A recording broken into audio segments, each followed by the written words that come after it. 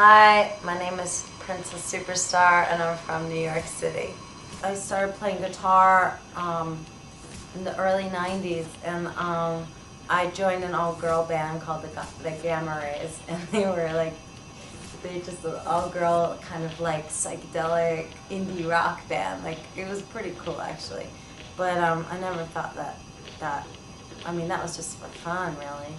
And music was just fun. I didn't want to do that at first. I started just rapping to make my friends laugh, and my boyfriend at the time really encouraged me, and he's like, hey, why don't you just record, here's a 4-track, why don't you do it? And I did. So like in '94 I made my own demo, and I sent it to like CMJ magazine, and I sent it to Grand Royal, the Beastie Boys label, and like 2 to my friends. And CMJ wrote about my demo, which was really like cool, and they printed my phone number. And the next thing you know, like all these major labels were calling me, and it was really weird. Like, I thought I could quit my job. I thought it was really easy to get a record deal, and like I don't know what I was thinking. And like all these labels were calling me, but then like at the end of the day, like either they wanted me to change something or they didn't really want to give me a record deal. So I decided to just sign with an independent label, and that was a very small label in Canada. And I did, and I put out my first record. It's called Strictly Platinum. Came out in like '96, I guess.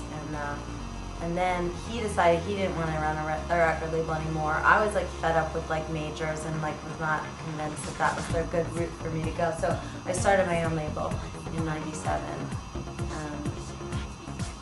Then I licensed that to K7, and the rest is history. I mean, New York is a magical place. I mean, let's face it, there's nowhere else on earth like it, where you have like the really big hip-hop influence, and then you have really cool artists and directors and writers and everybody. You have everybody here, and so it really inspires me a lot. I mean, having said that, playing in New York as opposed to playing in Europe is like a whole other story. I mean, in Europe, people are like so into dance music and so into dancing and going crazy. It's like, you know, like tonight I'm about to go DJ, and I'll probably play for like a couple hundred people, and maybe like 50 of them will dance. And then in Europe, like times that by 10 and like 100. Like it's crazy. And so I've always felt that Europe is sort of a bit more forward in their musical tastes, but New York is also where a lot of us make the music, and then we bring it over to Europe to make our living. A lot of us do that. So I mean, I'm not moving to Europe anytime soon. I get my inspirations here. I've had so many shitty jobs. Oh my god. Well, babysitter, which everybody knows that's a bad babysitter. I was a waitress for a long time. A long time in New York, I was a waitress. Oh God, you come home stinking of food. I mean, that was really shitty. I used to work at Benetton in high school. I worked at Benetton. Well, I remember I could never fold the clothes properly. Like, we had to use a ruler, and I was always really bad at that. And I worked in an office. That was good, because when I worked in the office, I also was running my record label, so like that worked out, you know. And as a matter of fact, last week I just sent them a check for like $1,000, because when I was working there, I like used postage and all this shit, and then I was like, the guilt was too much, so I paid them back. That's cool. I started DJing basically in like 2000. But it was really more just like for fun. And what happened was, in 2002, I had a big hit with my song Bad Babysitter, and DJ Hell of Gigolo Records in Berlin was a fan of that track. I'm not sure why, because it was really hip hop and he was really more like super electro. And he was like, hey, you should come to Berlin and DJ my Gigolo party for the Love Parade.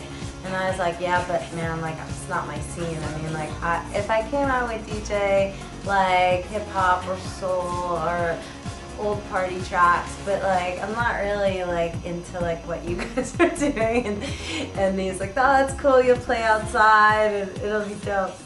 So I went out there, and 2002 was a really interesting year for dance music. I mean, that was like the DFA and the Tigra and Peaches and Miss Kitten and Vitalik and Fisher Spooner and all this really amazing gigolo stuff. And so I went out there and I was DJing. I was DJing outside from like 5 in the morning till 7. I barely knew how to mix or anything. And the whole time I was like putting on my party tracks like Prince and like old school hip hop, and like I was like, wow, what's that? And I was like listening and like listening inside the club, and I was like obsessed with like what was going on. And I didn't even want to be outside. I wanted to be inside, and I couldn't believe it. It was like people were going nuts and sweating, and it was like 6 in the morning, and it was just like such energy, man. And I was so into the music that they were playing, and it was really a big eye-opener for me, because I really at that point was like not into dance music like at all. I mean, I was into some like older dance music stuff, but like I don't know, like not so much. I really was like a hip hop head, and so I don't know. I'm really happy I'm DJing, and I also owe a lot to Alexander Technique too, who was in my band, and he was like, "Come on, you can DJ, you can do it," and like, yeah. So that's my story.